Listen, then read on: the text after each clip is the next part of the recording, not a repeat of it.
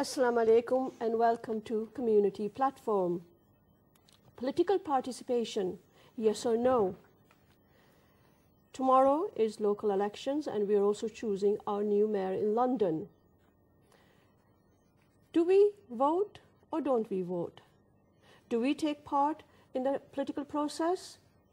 Is it worth it? Our leaders have let us down on numerous occasions, from U-turn to telling lies. Why should we believe them? But if we don't take part, if we do not participate, how do we make that change? The change that we want to make, whether it's the university fees, whether it's our streets and how to have them clean, how do we make that change if we do not participate? Yet, we have forever been lied to as well. So what do? Political participation, yes or no? The lines are open. Join us because the community platform is about you. Contact us, get involved in the conversation. And let's ask this very important question to the two of our young men. Assalamu alaikum, Fawad. Wa alaikum assalam. How are you? I'm fine, thank you. Fawad, there's elections tomorrow. It is, yes. Political process, political participation. Why? Why do I need to go and vote? I mean, they haven't really delivered, really, have they? I think political participation is quite imperative because, I'm going to quote Newton's law of motion. Every action has an equal and opposite reaction. And unless you've taken some sort of action, you're not going to get the result. If we want to implement changes within the system, we have to vote. Muslim community in specific represent 3% of UK population.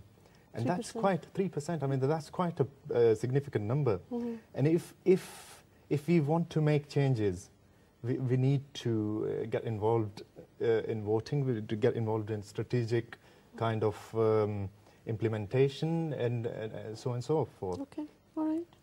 Sounds interesting, but I have certain questions and I will come back to you. Okay. Assalamu alaikum, Sharif. Welcome. Wa alaikum salam. Jazakallah khair for having me on today. No, it's an honor and pleasure. Sharif, you heard what this young man said on the other side.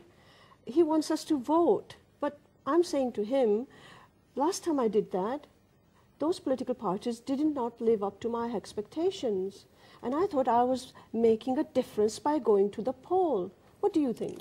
Well, in my opinion, I think to think that you're going to make a difference within the political process is a misnomer, something that doesn't actually occur. Rather, what we see is that there's a misconception that putting across every 4 or 5 years, whether that's a local election or whether that is a general election, is going to create change, and it doesn't.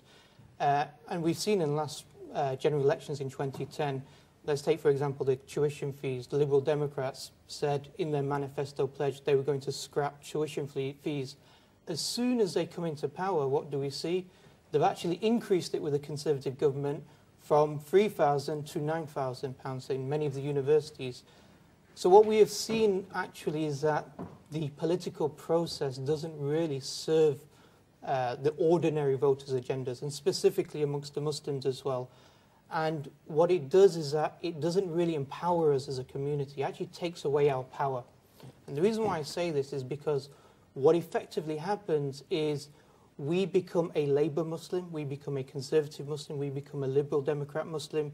We divide amongst these secular political parties. We adopt their agenda in order to try and solve certain Muslim-centric problems that we face within our communities. And we disempower ourselves because we take away the power that the Muslims have, which is their Islam. So Islam has that positive agenda that can be utilised within our local communities as well as addressing the wider society as well. Let me ask you a question. If we didn't take part, you see, if we did not take part, as Fawad was saying, then we are actually disenfranchising these 3%, and we are not taking part. How do we then make a difference? What is the process that we can get involved in? You're saying that the university's fees went up. Maybe we should have taken that part. Maybe we should have been involved. If we had a just system, wouldn't that just system actually help the Muslims, the Christians, the Jews, and even people of no faith, if the system was just? At the moment, we may not have that. How do we then arrive at a just system? I think most students who did vote in the last general elections actually voted for the Liberal Democrats on the premise that they were going to scrap tuition fees. What happened is that when they came into power, those ideals that they sold to their constituencies effectively were thrown away in order to service other interests, maybe corporate interests, the rich people within the society. So what we've seen is that the political process didn't solve that problem. How do we now try and solve some of these problems? Well, as an example, in the early 1990s, when Margaret Thatcher brought in the poll tax, it wasn't removed by engaging within the political process. It was removed by protest and demonstrations out on the streets that put pressure upon the political establishment. And I think that's the only way that real politics really works, when it's looking after our interests, is when we're able to exert ourselves in a political way, demonstrating, engaging within an argument rather than engaging within a political process which is flawed and is not serving our own interests. Right. Okay. Let's just take this call. Assalamu alaikum. Hello. Assalamu alaikum. Assalamu alaikum. Majid from Rochdale. Assalamu alaikum, Majid. Wa alaikum assalam. Are you well? Yeah, alhamdulillah. You okay as well? Alhamdulillah, Majid. We're discussing political participation, Majid. What do you have to say? Yeah, I think if you look in the last few weeks, last few months, we've had the case of News of the World Corporation, Rupert Murdoch, his son, his editor, all being put under the kind of like international spotlight about their relationships that they had with senior politicians. Even David Cameron was a person who was sitting down at their Christmas dinners on the 25th of December at their parties. And now when these people have been exposed, you find that these same people are now trying to distance themselves away from these type of people and trying to say they were involved in illegal activity and yes, we need to investigate them further. But it just shows there's a strong relationship here between these main power brokers, these main media moguls, and politicians who steer the agenda of British politics. So for us, as a Muslim community, to kind of articulate the idea that our small votes are going to make some sort of big change in British politics, whether that's to do with the policy, to do with, like you mentioned, university fees, or whether it's to do with our issues as a Muslim community. Again, I would agree with the introduction given by Brother Sharif that this is actually a farce. It's something which is not going to happen. And time again, it's been proven that politicians have their own agendas. Political parties are steered by their own manifestos and by their own vision of what they want to achieve. And really for the Muslim community, we sold this idea that here are some crumbs and be satisfied with them. We could do a lot more outside of the political process, whether that means channels like Ummah channels. This doesn't come about with any political party setting this up for us. This is our own platform. We discuss our own issues, we raise our own agendas, and we bring the community on board to discuss and articulate the future for us from here. So I think Ummah channel in itself is an example that we don't need to engage in the political process in order for us to start addressing and resolving some of our issues. Okay, let me ask you, Majid, just a simple yes or no. It'd be no. No, we thought so. Thank you so much, Majid. Thank you. Jazakallah khair, brother. Well, I think the no's are winning at the moment. Yeah, I can only empathize with Brother Sharif and the gentleman who called. And Majid from Rajdo. Yeah. The no's are winning. Yeah, sometimes promises are made which are not kept up to. But there are 20 marginal constituencies where there is Muslim potential. I mean, one example that I'll give here is George Galloway in Bradford. I mean, yes. I mean, there are three main political parties, mainstream parties, who weren't able to get in touch with the community as a whole. I mean, diverse communities I'm speaking about. So George Galloway has been elected as a result. I mean, one saying is every drop makes a river.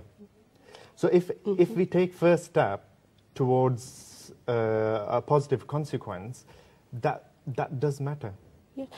Yeah, well, every drop washes the stone, as the African saying goes. My fear is that, if we have a lot of no's, then how are we going to? I mean, can we have demonstration on every street? We saw those. We saw that with the cut situation. We saw 3 young men who died, unfortunately, in Birmingham. Isn't that anarchy? No, it's not anarchy. Look, even David Cameron recognises that local government and national government can't solve some of the day-to-day community problems. This is why he's come up with this big idea called the Big Society, which is basically communities engaging... I'm going to stop you right there. I think we have a caller. Assalamu alaikum. Salam. Assalamu alaikum. Your name, brother? Talha Ahmed from London. Assalamu alaikum, brother Talha. Salam. It's Talha Ahmed from the Muslim Council of Britain. Welcome, sir. Welcome. We're discussing political participation, yes and no. Tomorrow, of course, as you know, our local election, and we are also electing the mayor of London. Now, do we get involved? I mean, they never deliver. And if we don't get involved, what's the alternative? Well, I am heading the Muslim Council of Britain's campaign to encourage Muslims to participate. And therefore, my answer would be a resounding yes. For these reasons. First of all, we live in a society in which the most effective way of getting your views known and the most effective way of influencing policies of the government is by participating within the local election. Now, does our vote matter? Of course it matters. We have seen in Bradford West, for example, whether you like George Galloway or not, we have seen that the Muslim community has, moved from the traditional Labour Party to support Galloway. What it meant is that the community was in a position to tip the balance. Similarly, in London, for example, where almost 10% of the voters are Muslim, we are in a very strong position, again, to influence the course of history in many ways.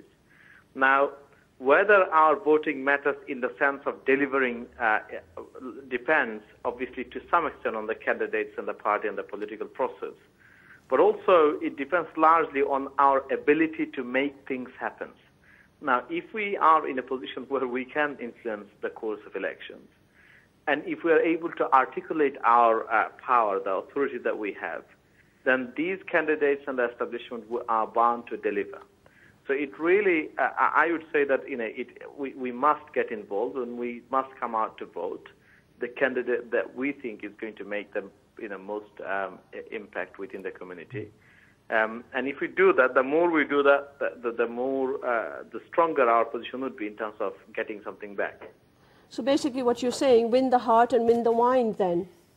Well, it's not just win the heart and mind. Of course, it is winning the heart and mind, but also in a democratic society where if you have got 10% votes which are strategically placed and is capable of changing the decision as to who becomes mayor of London or probably soon in Birmingham and other cities, that's a very powerful position that you have. So yes, you win the heart and mind, but also you force people to deliver for you. Now, if you're in the position where we Muslims find ourselves in, and if we are able to articulate our views in a way that is advantageous to us, we can get them to deliver. Okay. Let me ask you one last question, Brother Talha. Yes, obviously you're saying that participate, make the change, whether it's from outside or inside. So you're definitely a yes. Yes, definitely yes. I don't see any excuse for us living in this country and not really participating in this election. But there's also another point here. It's not just a self-interest. Our brothers and sisters across the world are dying literally every day, giving their lives just for the right to vote, to elect who they want to be their leaders. And these rights have been denied to too many of us in too many parts of the world. And the least we can do to show our solidarity to them is to at least respect and honor and value the right, the opportunity, and the privilege that we have here. Thank you so much, Brother Talha. I think that Fawad has some support. It was being tilted. Jazakallah khair. Thank you for your call. That was Brother Talha Ahmed from MCB, I think he said, MCB. Well, the Muslim Council of Britain. But they're saying, vote, vote, vote. Come out, because I think we're just going towards Maghrib Azan. Don't go away. Come back. Get involved in the conversation. I'll be back with you in just a few seconds. Jazakallah khair. Allah Hafiz. Assalamu alaikum and welcome back to Community Platform. Today's topic is political participation, yes or no. Tomorrow, of course, is local elections, and we are also choosing our new Mayor of London. Do we vote? Do we make a difference? Do our voices really count? We have voted and we've seen that our political leaders have lied to us, have done U-turns. 53% of the Muslim people did not vote in the last general election. That's quite a high percentage. So what went wrong? And do we make a difference? We've been talking to two of our young men here. Let's come back to you. I think we heard Brother Talha from MCB saying that, you have a potential to make a vital difference by contributing, by being in the arena. Yeah, I think there's obviously two things. One is my argument or my point of view is that we lose our Islamic voice when we engage in the political process, and therefore we actually disempower ourselves as a Muslim community. There's that issue, and there's a second issue which is more of a practical problem, which is you've got maybe over 650 MPs. In order to get any legislation, you have to have at least over half. So we're not talking about one MP, in Bradford West. We're talking about over 325 or so MPs that we need to have in order to create change. We don't vote for the Prime Minister. Rather, that's what the political party decides. The Prime Minister decides for us who the cabinet is. So again, we're not voting for this. And also we've got problems where the access to power and the influence of power doesn't rest with individual voters or even the constituencies. It actually rests with certain powerful vested interests. So as an example, Rupert Murdoch had visited the Prime Minister 67 times. I've not visited him once. Did you really want to visit him? Let's take this call and we'll come back to that one where we should. Assalamu alaikum. Alaikum salam. Assalamu alaikum. Wa alaikum salam. Hello. Yes, your brother, your name? Tasadduq. Brother Tasadduq from Blackburn. Assalamu alaikum, Tasadduq bhai. Wa alaikum salam. I'd just like to say again, a very, very interesting topic indeed. So, what do you say? First of all, I do disagree with some comments made by one caller and one of the panel members, and I'll tell you why.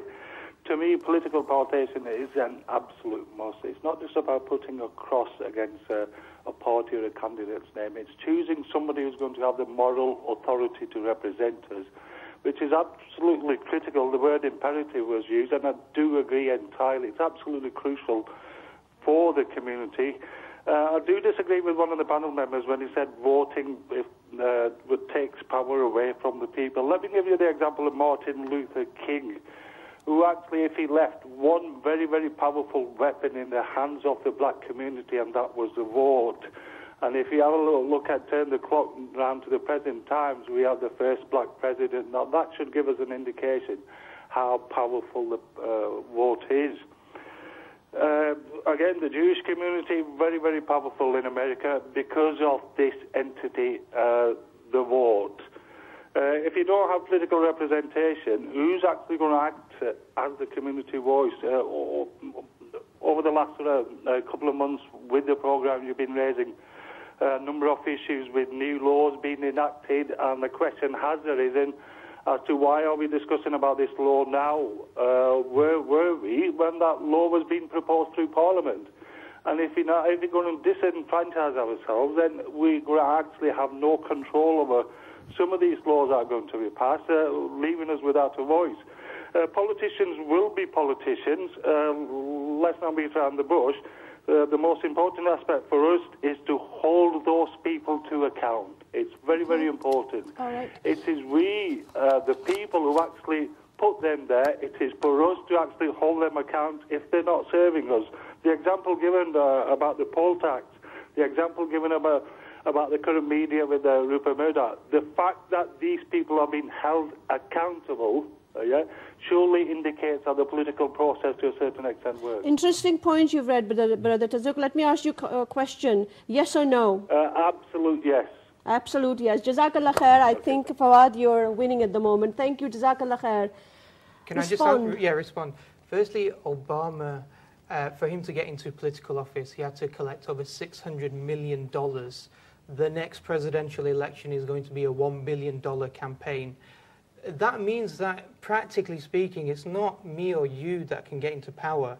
It's me or you if we've got huge amounts of wealth. And that wealth normally comes from corporate interests. But is that the truth? Because if I correct me if I'm wrong, what Obama was doing, he used the internet really innovatively, where I think it was $5 per person. So he wasn't asking for a million or a billion. He was actually asking a very small amount from each participant. Yeah. See, Obama, a number of his donations, particularly early on, and that's where the key issue. How do you get into political office? How do you get your name forward? You have to get backing very early on. You have to get millions of pounds in order to get that first foot on the rung and then advertise yourself out.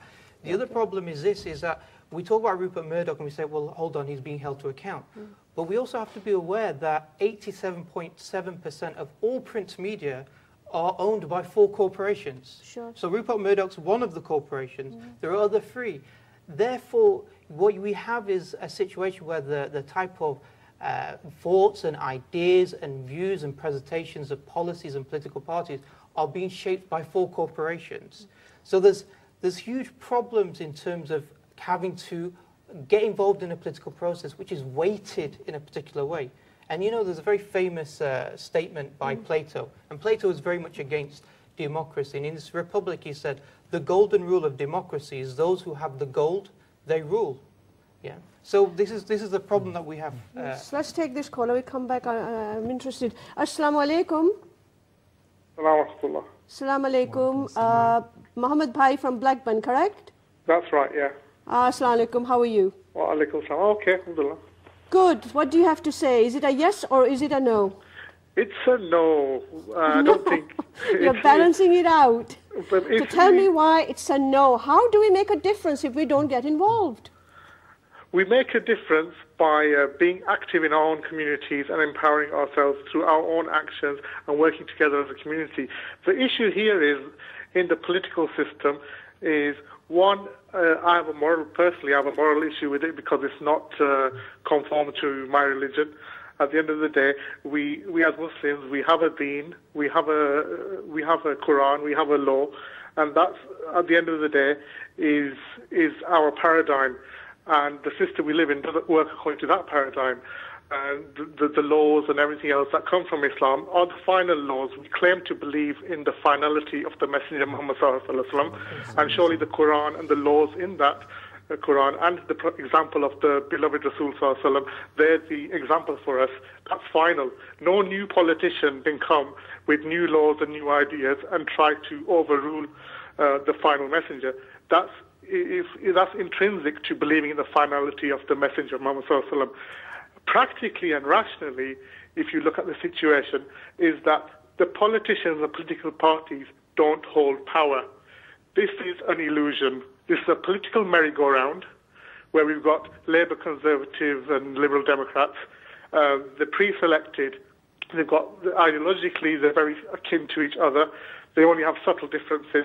The real power, unfortunately, is with the banksters and the corporations. That's where the power lies, and they're at the top of the pyramid. If we were to elect somebody at the top of the pyramid, we'd get somewhere, but we don't. The real power brokers are unelected, and the political parties just bend to the will of the corporations and the banks. Thank you. That's a categorical no. Jazakallah khair for your phone call. Always a pleasure to hear from you. Respond. Yeah, I'll empathize and accept the brother's answer in terms of Islam. There's Sharia laws, but at the same time, if we don't speak up, communication is the key, and if we don't communicate our morals, our values, our beliefs, who's going to know? Who's going to know? Can I just respond to that then, Fad? Sorry. Yeah. The problem is that when you engage in the political process, you have to hide your Islamic belief.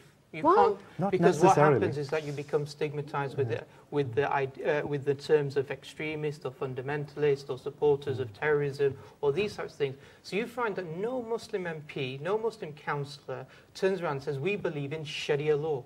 Yeah, we believe in implementation of hudud. Yeah, even in the Muslim world, they won't say that. Let me ask you a question. Let me stop. That is why we need to choose the right leaders. I mean, one example which I gave before, that, I mean, there are 20 marginal constituencies with Muslim potential.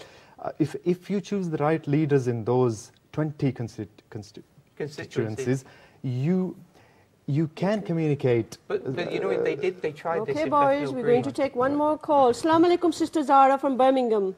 Wa alaikum salam. Yes, sister, what do you have to say? First, tell me, are you yes or a no? Sorry? Are you a yes or a no? No. You're a no. No, not at all. Okay. Okay, just a quick point. Well, a few actually. You know, when we see the campaigns of politicians and the reasons why we want to vote for them, you know, it's about things like fixing crime, you know, the whole recession, the economic system, you know, corruption, education, all these different issues. We want to bring politicians, you know, and help them to represent us. But I think we need to look at the bigger picture. Okay. Politicians will never be able to sort this out because these flaws lie in the democratic system itself, yes? So if we want to deal with these issues, realistically, we need to change the system. Now, as Muslims, we know Islam is a total way of life. It doesn't matter where we live. Now, voting in itself is not haram in Islam, but voting in a man-made system where sovereignty lies with man and not Allah subhanahu wa ta'ala, i.e. democracy, this is something which is not allowed for us. And there's just a couple of ayat I just wanted to point out. In Surah 12, it says, the rule is none for Allah. He has commanded that you worship none but Him. That is the straight deen, but most men not. Another surah, Surah 5, those who fail to judge by what Allah has revealed, they are like the disbelievers. So, you know, clearly we know that as Muslims, Allah subhanahu wa ta'ala has given us a complete system and taken into account our whole being and our instincts and whatnot, and He's given us a completely flawless system, the system of Islam. So I think the issue for us is that we need to look back to Islam as a complete deen which has all the answers to our problems and question it and say, okay, how did the Prophet, peace be upon him, how did he create this society? Absolutely, sister. Level? And how did the state function? So, sorry, last point, and I just wanted to point out this is something we as Muslims need to look into and propagate and obviously work towards, inshallah. Thank you, sister. That's definitely a categorical no from your point of view, that we do not get involved in the political process because basically it's not going to help. Thank you very much. And Jim, sorry, I just wanted to mention one point, which is that people in Whitechapel, Bethnal Green area tried this very approach, which was get involved in the Labour Party, vote in Muslim-friendly, Muslim-centric MPs and councillors or councillors and flood the party with that. And what happened was they took away the decision as who to stand as a councillor and as an MP away from the local office within Tower Hamlets area and gave it to the central office. See, what happens is that they set the game, they set the framework by our interaction. That framework and that interaction means that you have to leave certain ideas and adopt a new set of ideas. Okay. You have to be a Labour person or a Conservative. I can empathise with that. But you can empathise just into me, and I'm going to you can come back. We've just got one more caller because it's I can see that break. Shakil from Sheffield. Assalamu alaikum, brother. Wa alaikum assalam. Let me first let me ask you, are you a yes or a no? Categorical no. A categorical no. You seem to be winning here. I mean, it's not a competition at all. Tell me why you think that we must not vote, we must not get involved in the political process.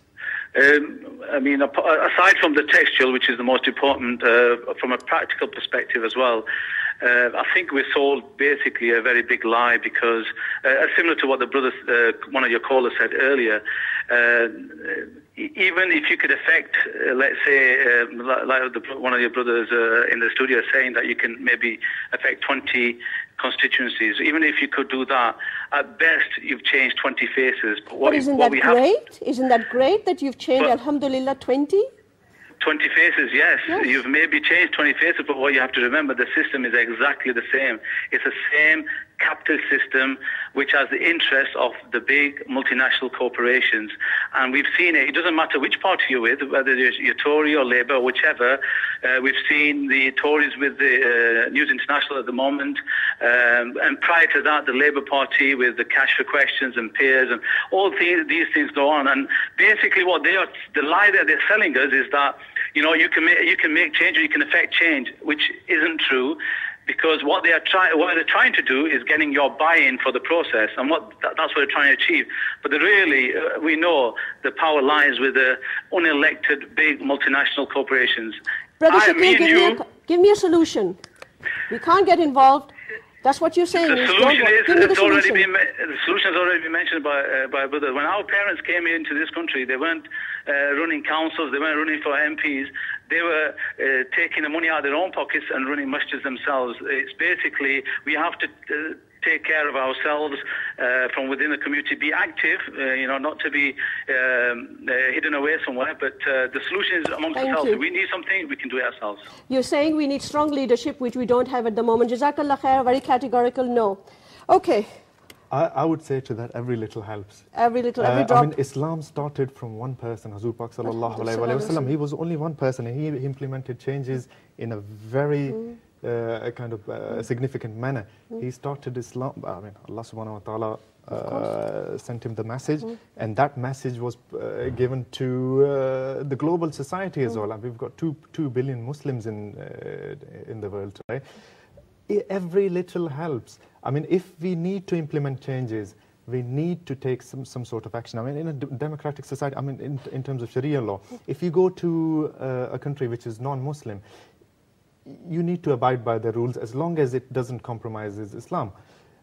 If we need to make any changes within the socio-economical deprivation factor, we need to take some let's take drastic another actions. call. Qasim from Blackburn, assalamu alaikum. Alaikum assalam. Ji, Qasim, brother Qasim, what do you have to say? Tell me, are you a categorical no or a yes? Yep, categorically, irrevocably no. Thank you for the extra adjective. Tell me No why. worries. Okay. Well, first and foremost, I've just been listening to the show, and there seems to be a shrewd consensus where if you're not voting, that means you're not engaging in the political process. When we see politics, who's to define that? You know, going to the electorate is the only way. We've clearly seen in recent years that has not worked. Now, when we talk about politics, I mean, one of the callers actually mentioned about Martin Luther King. He said that's the one thing he gave to black people. Well, it wasn't really Martin Luther King. What happened was that it was an amalgamation of people who suffered grievances and who realized that the political process could not work, so they came together and they changed the public opinion. And it was the public opinion, ultimately, which led to this change in terms of consensus towards black people. And even that didn't help, because even with the passing of the Civil Rights Bill, you still have racism. Black people are actually what I think about 3% of the population, yet they are over 90% of the population in prison. So we can clearly see that there seems to be a lot of racism and demonization towards them. But just going back to here in Britain, and also one of the callers also mentioned the issue about the poll tax. Now, the poll tax, again, what happened? It was the people who came out, who rioted, who took a more direct form of politics, and that again swayed public opinion, which then led to the removal of that policy. So we can clearly see that in history, every time there has been a change, every time there's been a meaningful change, the electorate itself has not been the solution. Rather, that is what has kept people restricted, and that is what's created this sense of, this delusional sense of empowerment, when really it's just benefiting big business and the Thank you, corporations. Qasim. Thank you. I know that is a categorical no, and I think you have raised, again, interesting points. Thank you, Jazakallah khair. What I'm a little apprehensive about is, you talked about that people don't make a difference, okay? That people on individual level cannot make a difference. I'll give you an example. You have someone who works in a Christian environment, who works in a Christian cathedral, for instance, as a Muslim, as a staunch Muslim, does you have your prayers, you have the Ramadan and everything, and through that ripple effect, you are changing attitude. What's wrong with that? No, I didn't say that we can't change in the society, in the community. What I'm saying is that you engage in a political process. You work within the Labour Party, you vote for the Labour Party, you're voting for their manifesto and their agenda for the Muslim community. But why don't you go inside and change the manifesto? Because people have tried that, like I gave the example of Bethnal Green and Whitechapel area, or Tower Hamlets, where they did try to do this, and what happens is they took away the control from the local members and to the central members, because they know that they set the frameworks, they set the policies, they set the philosophy. And what happens then is that you have to compromise upon your Islamic voice. You can't call for the certain aspects of Islam because you won't rise up within that political process, within that political party. But you seem to have decided we're not going to make it up there. Let's take this call. Assalamu alaikum, Zohaib from London, I believe. Wa alaikum assalam, yes. Assalamu alaikum, brother. Is that a categorical yes or no? From personal experience, no. But I do have a question for both sides, which I wish for them to answer. Is this okay? Okay, fire away. First, with Mr. Hafiz, he made a statement saying that once a Muslim enters the political system in this country, they have to give up their Islamic values. This is a statement. What have you got to back this up? And secondly, to the other brother, a quick question is, if the democratic process in this country, which you believe in, was to come out and vote, saying that we should ban the niqab and we should dictate what happens in mosques, and basically go against Islam, would you have enough faith in the democratic process to accept this? Well, we'll have to go with those two questions. Jazakallah khair. Keep listening. Respond. Yeah, I think the experience is the Muslim MPs that we have today. If you go up to them or the Muslim councillors and ask them blatant questions, do you believe in unity of the Muslim Ummah? Do you believe in khilaf in the Muslim world, or Sharia or Hudud within the Muslim world? They won't, maybe in the back rooms, quietly, they may say yes, but they'll never come out openly and make that statement. We've seen people who have become very, politically correct? That's right, and this is the problem, is that they have to conform to the dominant political culture and the dominant political attitudes in order to engage within that political process. This is the problem, and the problem then becomes that rather than empowering the Islamic voice and the Muslim community, we actually disempower us, because we're not like the blacks or the civil rights movement. We're not an ethnic group. What distinguishes the Muslims are the values that we hold on to, the choices, the ideas, the beliefs. And these ideas and beliefs, we believe, are solutions to our problems as well. So, you mentioned earlier about creating change and making a difference within the community, within society. I believe that. I believe we need to engage within wider society. I believe we also need to engage amongst the MPs. But we have to engage with our fixed principles, our Islamic principles, and looking to Islam to solve some of these problems that we face. Can't argue with that. Let's take this call. Assalamu alaikum. Assalamu rahmatullahi wa barakatuh. Assalamu alaikum, brother. I'm sorry, I didn't catch your name. Abdul Fattah. Brother Abdul from Middlesbrough. Yes, Brother Abdul, tell me, are you a no or a yes? I am a no, but I have 3 points if you'll allow me. Okay, those make points very quickly, brother. Go ahead. Inshallah. The first point is, I think we although we have been discussing, whether things can actually change or not, whether we vote and so on and so forth, like a previous caller mentioned, it's actually the real issue that we should be discussing is the Islamic permissibility, whether we actually can or cannot, Islamically speaking. And there are many ayat that have already been presented via callers. More so than anything, it's وَلَا يُشْرِكُوا بِحُكْمِهِ أَحَدًا, i.e. Allah subhanahu wa ta'ala does not share in the ruling and the legislation with anyone else. That's point number one. Point number two, what's happened is, like the brother on the right, I'm sorry, I didn't catch his name, people essentially see voting as their solution because that's what the system has done to their minds. Their minds have essentially been colonized to the point that all they see is the box that they live in, i.e. the system. So the system restricts naturally, as it always does, whichever system that you actually reside in, it's going to restrict your movements if you live within that. But what people need to realize is they are infinitely more productive outside of the system. Lastly, and very shortly, the brother Talha from, I think it was MCB, when he mentioned that protesters across the Muslim world were dying for democracy and voting and et cetera, people are actually dying and being slaughtered, and people are being buried alive, and their final words are La ilaha illallah, and we have no one but you, O Allah. And as someone from Bilad al-Sham, it really hurts to know that someone is actually in the UK calling for democracy on behalf of the Muslims of Bilad al-Sham who are dying for Allah subhanahu wa ta'ala and His Messenger. And it really needs to be rectified from that individual's perspective, and more so a general presentation of what Bilad al-Sham and the people of al-Sham are actually calling for. Jazakallah khair, brother. I'm sorry to cut you short. We're shorted of time more than anything else. Your points are taken. Jazakallah khair. Thank you so much. I need you to respond to that. Yeah, I think my point, I think it was misunderstood before. Okay. What I said was, if you want to implement changes within the political system of this country, you need to vote. As my exact statement was, as long as it doesn't compromise Islam. Of course. I mean, Islamic moral values and beliefs, they're significant, they're imperative, they're important. But at the same time, if we need to communicate those values and we need to implement some changes within the political system of UK or wherever we are living, we need to take some drastic actions. We are taxpayers. We use the hospitals, we use the schools, we utilize the roads. Let's take this caller. Just when I thought I was going to get my soapbox, 2 minutes. Jazakallah. Assalamu alaikum. Wa alaikum salam wa barakatuh. Can I make some comments, please, sister? Yes, brother. Sorry, do you want to state your name first? Yeah, my name is Maulud. I'm calling from London. Assalamu alaikum, brother. Is that a no or a yes? It's a definite no. Definite no. Now tell me why very quickly.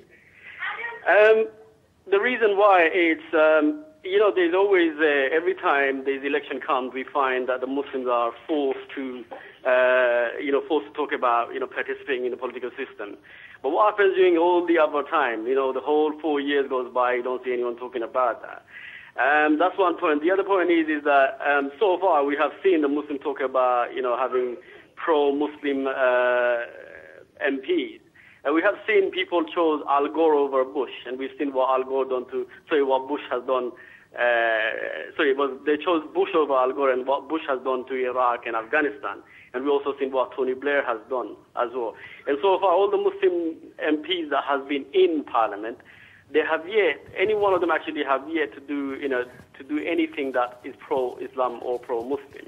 And I think as the previous callers so far already mentioned, they mentioned so many ayahs regarding how it is completely un-Islamic for a Muslim to participate in a political system where he is actually giving his wakala, his consent on behalf of him for the people to make legislation on behalf of him, which is completely contrary to Islam. So those are the points that I really want to make. Thank you very much. Jazakallah khair for your contribution. I think I said something at the beginning of this program in terms of the three mainstream political parties not winning in Bradford. We need to choose our leaders who can implement changes, who can. Well, they chose Galloway, didn't they? Yeah. George Galloway is an example. Yes. I mean, we need to find the right people. I mean, it's not easy, but it's a step towards. It keeps coming back to leadership. It keeps coming back to leadership, and I think we really need to discuss: do we have strong leadership? Do we have those charismatic figures who can take us forward? I think if all they do is succumb to the political process, then we won't have leadership, we'll have followers. In order to have leadership, you need to have independent political will, which basically means having your own identity. We're going to have to start the party. Ideas. Assalamu alaikum, Sayyida from Accrington. Are you well, sister? Hello, alaikum salam. Yes, I thought we were losing you. I know, the phone was engaged tonight, so I couldn't get through. Right, first I want to know, is it a yes or a no? It's a definite yes.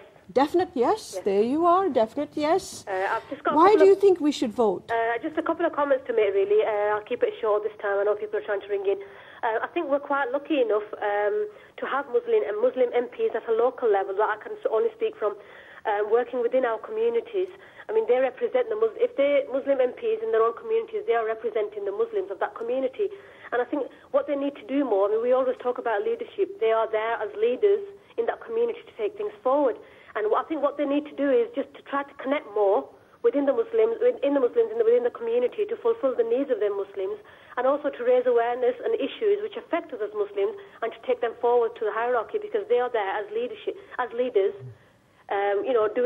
taking their leadership forward and taking our problems with them to find solutions. Because nowadays, when you vote, you vote for Labour or you vote for the Liberal Democrats or the Conservative, but at a local level, each individual who might think twice about voting has to keep thinking, what can I do from my level, from my point of view? I may be nobody in this whole political system, but what can I do that can make a tiny bit of difference? And what I can do is go and make my vote to my local leader, and if it is a Muslim leader, then they should feel quite proud of that, because the Muslim leader, inshallah, should have morals that Islam teaches them, and to help the Muslim community go forward, I think. Thank you, Sayyida. As always a pleasure. Jazakallah khair. I'm sorry I did cut you off there, but you were talking about that we need leadership. We need leadership. I mean, we need the right leaders. I mean, unless. But where are they going to? Where are you going to get these leaders from? I mean, we need to find them. But where? It's not going to be an easy process. If you need to implement change, any kind of change, I mean, the Brother Sharif and also some of the callers did say that to implement changes, there has to be drastic kind of actions. Sometimes it can be right in terms of poll tax or whatever. It's a difficult process, but we need to start that process. Unless that process is started, we are not going to implement any change. Sister from Manchester. Assalamu alaikum, sister. Walaikum salam. Yes, sister. Tell me, are you a yes or a no? One of my cousins is standing for elections, but I'm still a no. And I just wanted to make a few points that, the reason why I wouldn't vote and I wouldn't advocate it is simply because of all the reasons that have been mentioned. Okay. Like, I don't think it's compatible with Islam. But the reason why I phoned in was to speak to Brother Fawad in particular, because I was quite pleasantly surprised, because unlike people who come in and advocate voting, this brother seems quite, sincere in the sense that I think that he genuinely thinks he's doing Islam some good. So just some advice to him that, we should really think back at our actions, because pragmatism is not from Islam. So although he may think he's doing some good for the Muslim community, he needs to think global. How is he, by standing for elections or helping someone stand in elections, helping our brothers and sisters in Syria? Because at the end of the day, when we stand before Allah subhanahu wa ta'ala on the Day of Judgment, that is what we're going to be accounted for, what we did for our global ummah, not what we did for George Galloway's party or what we did for David Cameron's government. So I think, sincerely, my advice to the brother would be that really research Islam, because when you look at Islam, either you submit to Allah or you bow to other ideologies, and you can't have a mix. Thank you so much, sister. We get the gist of it. We're very grateful to you. Jazakallah khair, and that was a very interesting point you've raised. We seems to be keep coming back to this philosophy somewhere, unless I've got it quite wrong, that if we participate, we somehow are going to not live up to the high standard of our faith. I just wondered whether we could get somebody who's not only living up to the high expectation, but also delivering. But what you're saying is that we'll have to be actually tied up with the manifesto, tied up with the policies. I will quote the Jack Straw, who was obviously MP of Blackburn, where we're in still today. Is. Yeah, he's still the MP. He was Justice Minister, he was in the Cabinet, he was Foreign Minister. He's a high-level person. And in 2002, he wrote an article about how to create a European version of Islam. And the article is written in the Prospect magazine in 2002. I'm going to come back to you. We're going to take this call. This call from Birmingham. Imran from Birmingham. Assalamu alaikum. Walaikum assalam wa rahmatullah. Yes, Brother Imran, what do you have to say? Are you a yes or a no? Oh, definitely no. I haven't got 5 minutes to spare. Definitely no. Okay, you're the last caller, so would you just make it very, very quick and tell me why and what's the... Inshallah, I'll be quick as possible. I mean, what I'm going to say has been already said by the previous callers.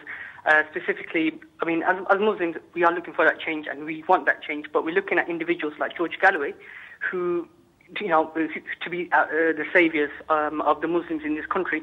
I'll be blatantly honest, these people are nothing but vote mongers. They only want the votes from the Muslim community. They don't have anything, they don't want anything apart from the votes from the Muslims. Now, again, I'll be blatantly honest when I say this. As Muslims, we want Sharia, okay? And more specifically, we want the re-implementation of Islam. Specific word I want to use is Khilafah in our own Muslim lands, where you see every day in Syria, Muslims are dying and their neighbors, the Muslim neighbors, they're doing nothing. They're ignoring the plea of our brothers and sisters of the Muslims of Syria. Now, again, the Salahuddin, the armies consist of the sons of Salahuddin, and they want to get out there and help our brothers and sisters in Syria. But what is stopping them is the puppets that have been placed from the Western masters, and well, we see nothing happening. So again, thank you for your call from Birmingham, Brother Imran. Jazakallah khair. If I could just finish off that Please quote, do. We've got a few minutes left. So Jack Straw, he said, a very literally interesting 30 quote. seconds. He said, Democrats, for example, can never accept that religious injunction takes precedence over any temporal law. So he's saying that you can't, if you engage in the political process, you're a Democrat, you can't accept Sharia or religious law or Allah's law to be higher than any temporal man-made law. And he goes to do so would threaten the very basis of democratic society. Quite simply, this is the central tenet of democratic political practice, is what he said. So the problem is that when we do engage, we engage in that mindset with the values where temporal, secular, non-Islamic laws. If we engage with the political system, we are, what Sharif is saying is, we are compromising. Because we have to adapt, we have to take into consideration the policies, but also their mandate. Go against it, you're not part of the party, full stop. What Fawad is saying is that every drop washes the stone. Let's make the change. Let's live those high standards. This was never a competition. What we're saying is that, can we make a difference? From where I'm standing as an individual, I believe at a personal level, we make that difference. Tomorrow is a big day. It's your choice. community platform was always about engaging and bringing relevant conversation to the table. What you do tomorrow is an individual responsibility. One thing is absolutely certain, that there has to be a conversation on leadership. There is weak leadership, both political and religious, hence the divisions within communities. We will have to tackle that, and community platform, Ummah, will definitely tackle. Jazakallah khair for watching. Look after yourself. Whatever you do tomorrow, we would be very interested to see the results, of course. Look after yourself and your neighbor, whoever they may be. Jazakallah khair. Assalamu alaikum.